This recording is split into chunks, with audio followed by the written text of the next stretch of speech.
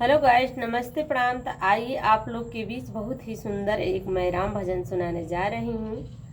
अगर अच्छा लगे तो कमेंट बॉक्स में ज़रूर बताइएगा अपना अपना राय, और आप लोग को कैसा लगा वो भी बताइएगा। कि राम जी रोवत रहला बनवा में जाई के, गोद में लेहले भाई के ना।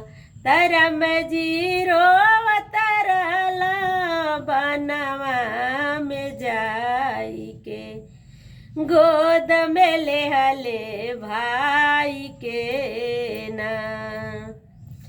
त दौड़ा दौड़ाए हनुमान, लागल लाचू मन के बाण। दौड़ा दौड़ा ए हनुमान, लागल लाचू मन के बाण।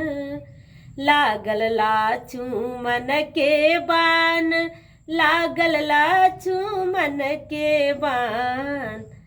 तब बाद में का करबा हो संजीवन बुटिया लाई के, गोद में लेहले भाई के ना।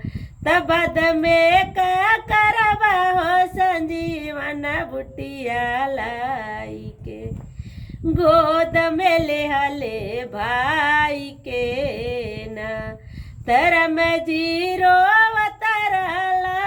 बनवा में जाई के, गोद में लेहले भाई के ना।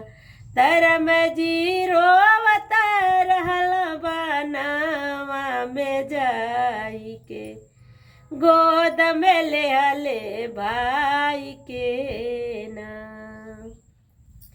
हेलो गाइस, हमारा गाना कैसा लगा आप लोग कमेंट बॉक्स में ज़रूर बताइएगा, और अपना आशीर्वाद प्यार दुलार जरूर बरसाइएगा। तब तक के लिए बाय बाय। फिर मिलते हैं किसी नए गाने के साथ।